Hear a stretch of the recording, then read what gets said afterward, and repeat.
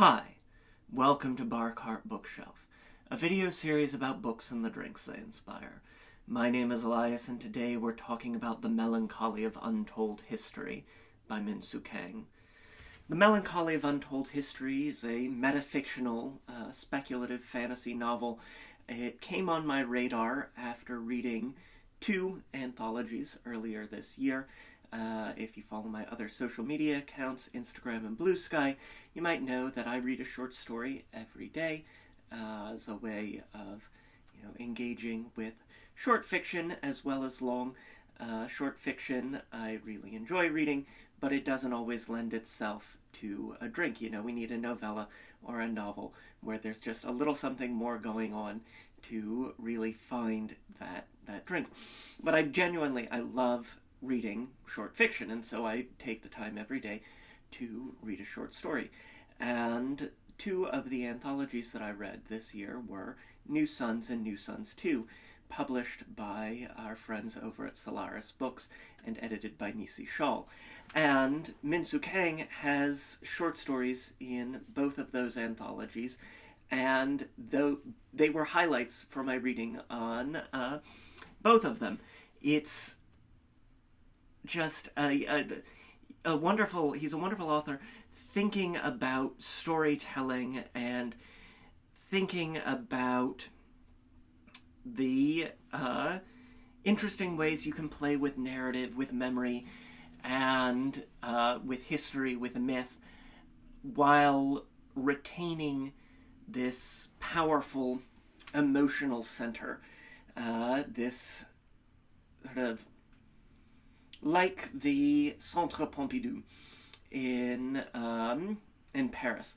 You see all of the external stuff, the wiring and the ductwork of the building on the outside, and it's all the cooler for it. It's thinking about art in a very conscious and observed way that I was absolutely entranced by in these short stories, and so I had to read the novel as well.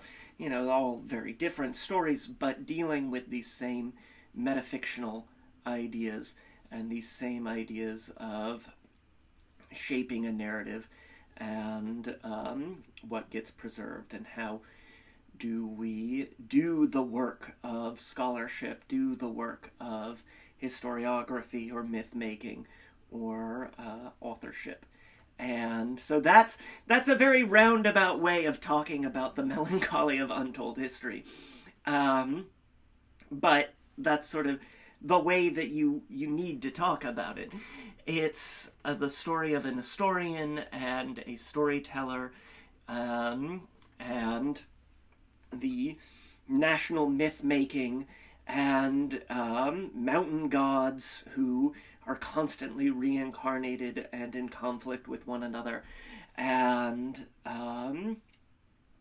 the sort of pain of loss and thinking about what it means to grieve and how to find ourselves in work, in grief, and find ourselves absent work, and what it means to go on.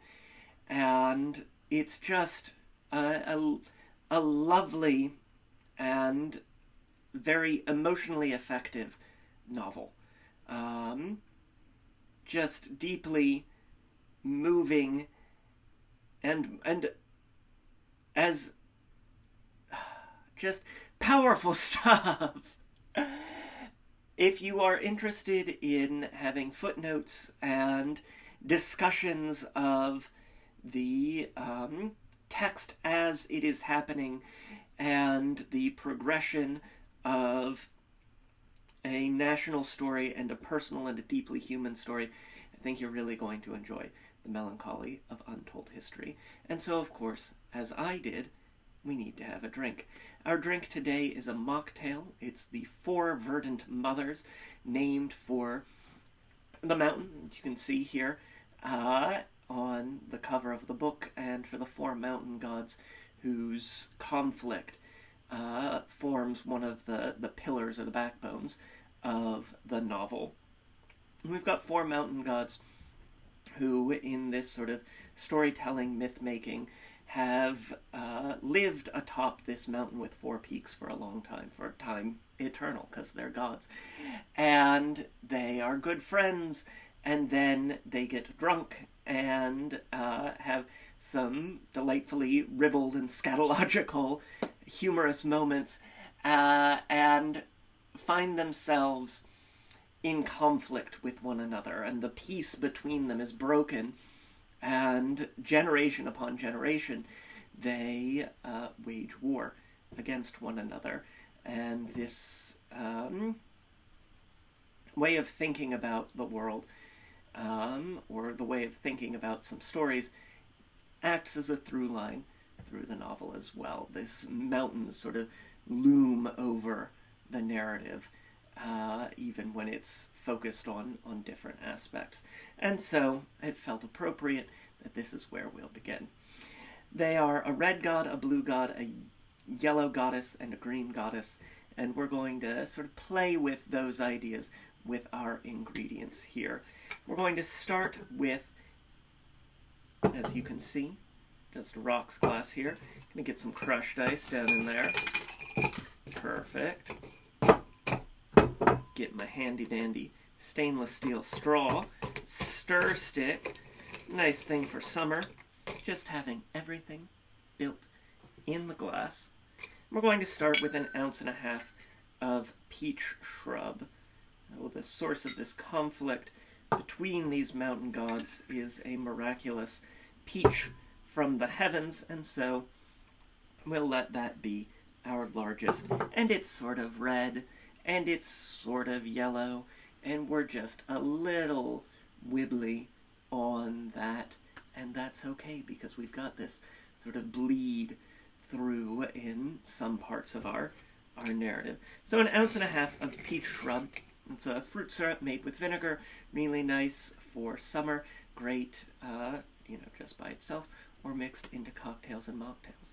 And then we'll get the remainder of our ingredients here. We're going to get, for a sort of bluish red, 1/2 ounce of blueberry grenadine, and 1/2 ounce of matcha syrup, very green, this sort of tea syrup.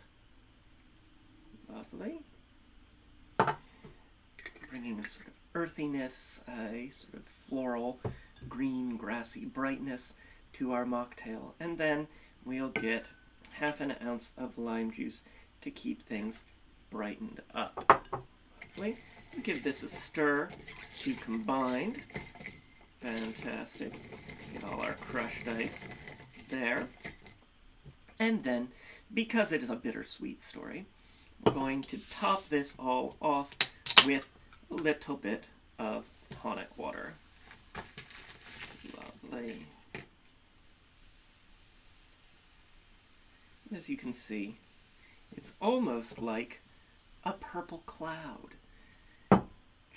If you've read the book, you'll come to appreciate as well. We've got a purple cloud with red lightning that also forms part of the backdrop of this history and myth-making here.